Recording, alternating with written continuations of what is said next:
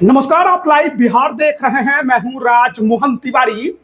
देखिए, बिहार विधानसभा चुनाव को लेकर बीजेपी ने जो तैयारियां शुरू कर दी हैं, वो आप लगातार देख रहे होंगे कि किस तरीके से बीजेपी का पूरा कुनबा लगातार बिहार दौरे पर दिखाई दे रहा है।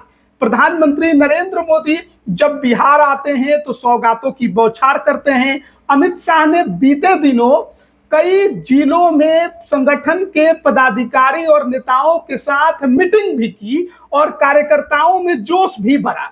लेकिन उनके दिल्ली जाने के बाद ऐसी खबर निकलकर सामने आई है जो वर्तमान कई विधायकों के जमीन को खिसका देगी, उनके नीचे से जमीन खिसक जाएगी। इस तरीके की खबर है कि किन किन विधायकों का टिकट काट देना है, किनके ऊपर तलवार लटक गई है। 22 विधायकों का लिस्ट बीजेपी ने तैयार कर लिया है। अब इनमें से कितने बच पाएंगे और कितनों का पत्ता साफ हो जाएगा, ये आने वाले वक्त में पता चलेगा। लेकिन इन 22 विधायकों पर तलवार लटक चुकी है कि इन्होंने अपने क्षेत्र में अच्छे से काम नहीं किया, यानी जनता का फीडबैक जो है वो गलत है। दूसरी तरफ जब पार्टी के लिए काम करने की बारी आई, संगठन को मजबूत करने की बारी आई, उसमें भी ये फिसड्डी साबित हुए हैं। कुछ ऐसे विधायक हैं जिनकी उम्र अधिक हो गई है और वो सार्वजनिक जीवन में ज्यादा सक्रिय नहीं दिखाई दे रहे हैं, इसलिए उनका भी पत्ता साफ होगा। और जो गुटबाजी में कुछ नेता लगे हुए थे, उनका भी पत्ता साफ कर दिया जाएगा। हालांकि कुछ ऐसे विधायक जरूर हैं जिन्होंने किसी तरीके से अपने आप को इस लिस्ट से बाहर निकाल लिया है।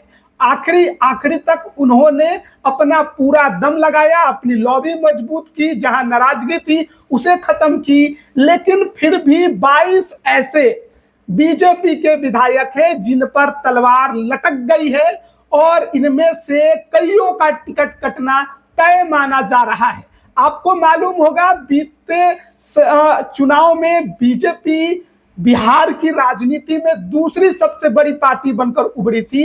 आरजेडी को 75 सीटों पर जीत मिली थी, बीजेपी को 74 सीटों पर जीत मिली थी। हालांकि फिर पार्टी में कुछ फेरबदल हुए, दूसरी पार्टियों से और कई विधायक बीजेपी में शामिल हुए और वर्तमान में बीजेपी बिहार की राजनीति में सबसे बड़ी पार्टी है।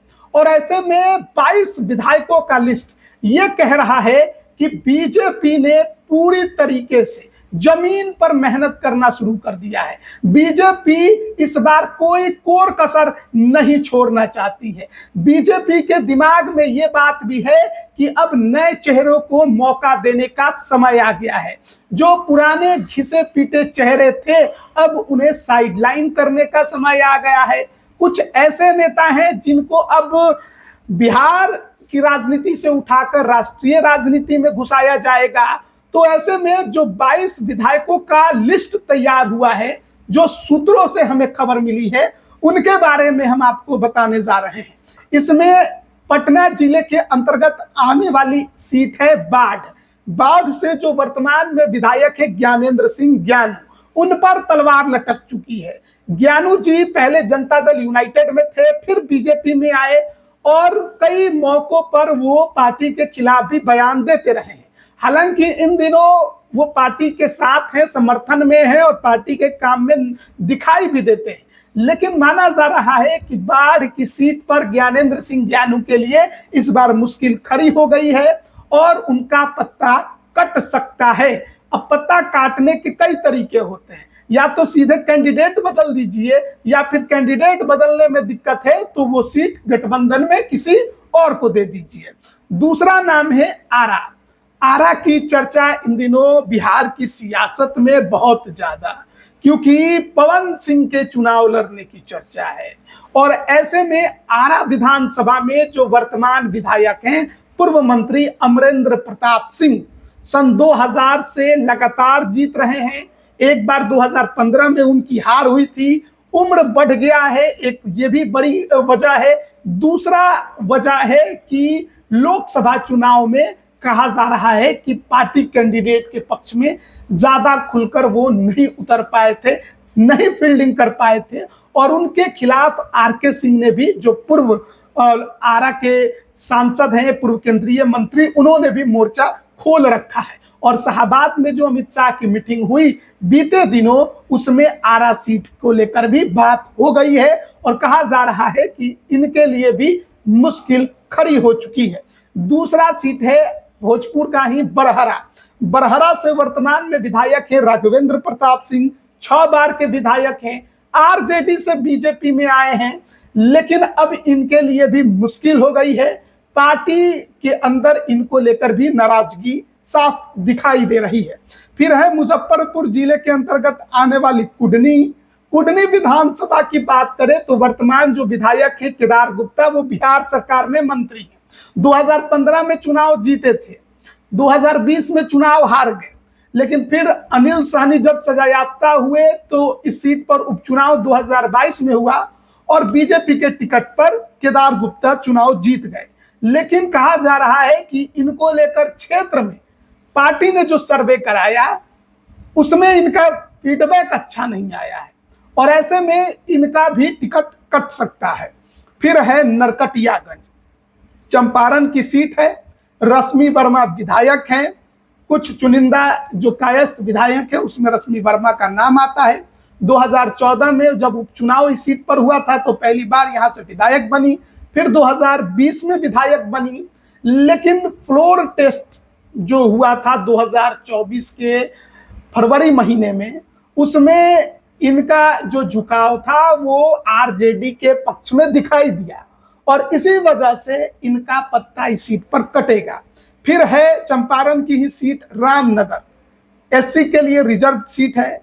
भागीरथी देवी 2010 से लगातार बीजेपी के टिकट पर विधायक बन रही हैं, भोजपुरी में सदन के अंदर खूब गरजती हैं, लेकिन इनका भी झुकाव फ्लोर टेस्ट में देखा गया कि आरजेडी के तरफ हो गया था क्योंकि समय पर नहीं पहुंचे थे ये लोग। ऐसे में इनका भी पत्ता कटना तय है। फिर एक नाम है मोतिहारी से प्रमोद कुमार, पूर्व मंत्री, 2005 से लगातार इस सीट पर विधायक है, लेकिन पार्टी के सर्वे में इनका भी फीडबैक अच्छा नहीं आया है। पार्टी वहां पर नए चेहरे को उतार सकती है। फिर है गया जिले का वजीरगंज, वीरेंद्र सिंह 2010 में जीते, 2020 में जीते, 2015 में नहीं जीते। इनका भी पत्ता कट सकता है, इनका भी नाम उस लिस्ट में शामिल है। फिर है छपरा से सीएन गुप्ता, 2015 में चुनाव जीते, फिर 2020 में जीते, लेकिन कहा जा रहा है कि अब इनकी भी उम्र हो गई है, सार्वजनिक जीवन में सक्रियता कम हो गई है और इस लिहाज से छपरा की सीट पर इस बार आपको नया चेहरा दिखाई दे सकता है। फिर है पीरपैंती जो कि एससी के लिए रिजर्व सीट है, ललन पासवान 2020 में चुनाव जीते हैं, लेकिन इनका भी कुछ अता पता नहीं रहता है, इसलिए बीजेपी के लिस्ट में इनका भी नाम शामिल है। फिर है गोविंदगंज, यह भी चंपारण की सीट है। गोविंदगंज में वर्तमान विधायक हैं सुनील मणि तिवारी, लेकिन कहा जा रहा है कि यह सीट क्योंकि गठबंधन में लोजपा रामविलास को जाएगी, ऐसे में सुनील मणि तिवारी का भी टिकट साफ हो सकता है।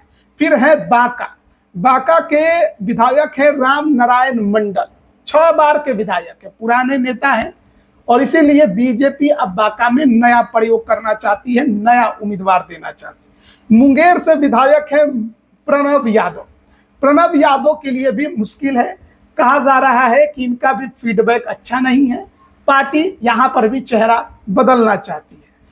फिर है पटना जिले के अंतर्गत आने वाला कुम्हरार विधानसभा, अरुण कुमार सिन्हा 2005 से लगातार विधायक हैं, उम्र भी हो गई है और ऐसे में उनके जगह पर यहां पर बीजेपी नया चेहरा उतारना चाहती है। अरुण सिन्हा की चाहत है कि वो खुद लड़े, वो ना तो उनके बेटे को टिकट मिल जाए, लेकिन कहा जा रहा है कि इस सीट पर नया चेहरा कोई आ सकता है, जिसमें 2-3 नाम साफ दिखाई दे रहे हैं।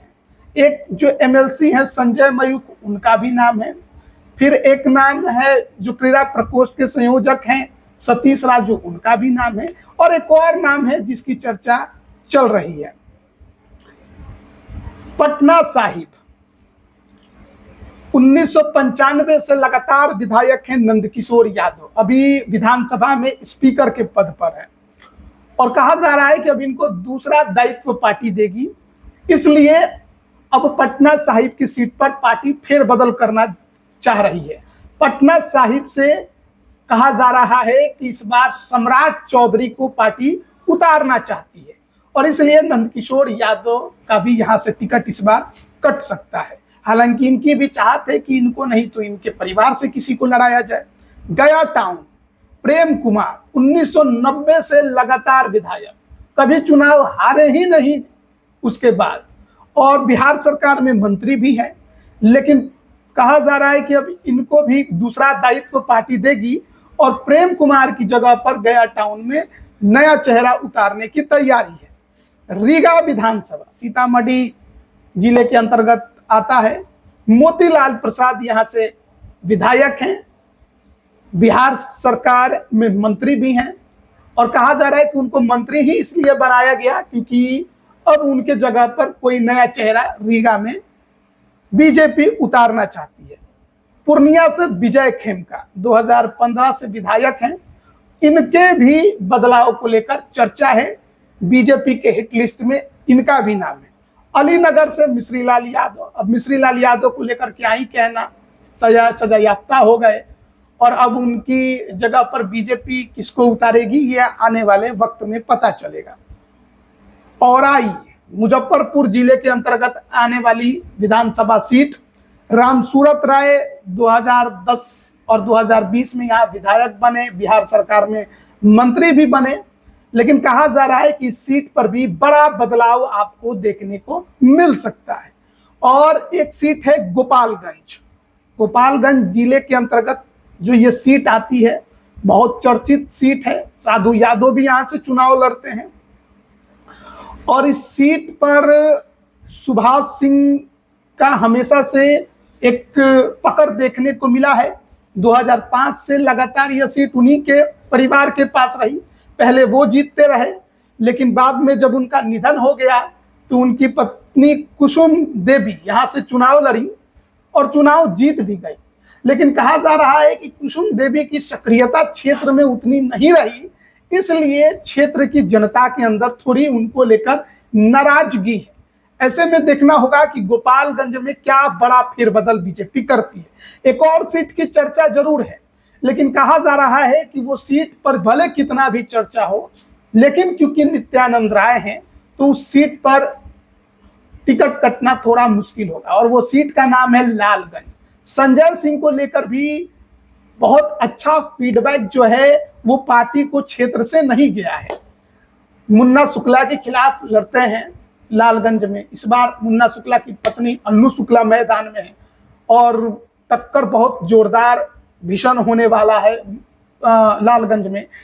ऐसे में यहाँ पर मजबूत चेहरा और कैंडिडेट होना बहुत जरूरी है, लेकिन संजय सिंह को लेकर चर्चा है कि नित्यानंद राय खेमे के हैं और नित्यानंद राय इनको बचा ले जाएंगे, वो टिकट कटने से इनका बच सकता है।